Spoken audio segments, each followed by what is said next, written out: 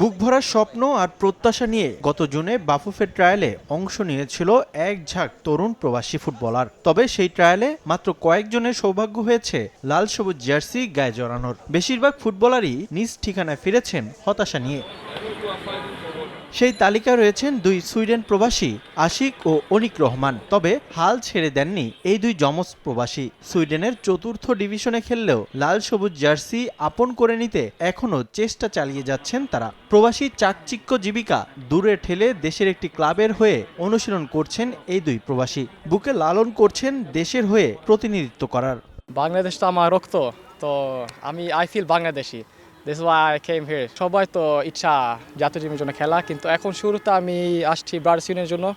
Focus fully on brothers union, তারপর দেখা যাক। Right now focus brothers. বাফুফের ট্রায়ালে দায়িত্বরতদের মন জয় করতে না পারলেও ঘরোয়া ফুটবলে অংশ নিয়ে মাঠে দাঁত ভাঙা জবাব দিতে চান অনিক রহমান।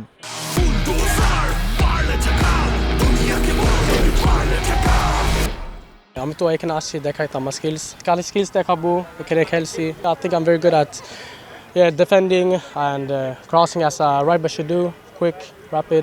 I think আমি বেশি কথা বলবো না, আমি পিচে দেখাবো, মাঠে দেখাবো। ব্রাদার্স ইউনিয়নে অনুশীলন করার সুবাদে সুযোগ হয়েছে অধিনায়ক জামাল ভুঁইয়ার সঙ্গে আলাপচারিতার। প্রথম প্রবাসী ফুটবলার জামালের কাছ থেকে পেয়েছেন অনুপ্রেরণাও। ও তো আসছে 2 ট্রেনিং সাথে খেলছি, ভালো লাগতেছে।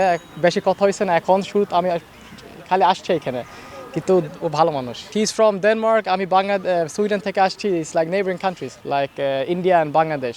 তো of course there is some chemistry 100%। সবকিছু ঠিক থাকলে আসন্ন দলবদল মৌসুমে ব্রাদার্স ইউনিয়নের জার্সি গায়ে জড়াতে চান এই দুই যমজ প্রবাসী। রিফাতুল ইসলাম মিরন, সময় সংবাদ, ঢাকা।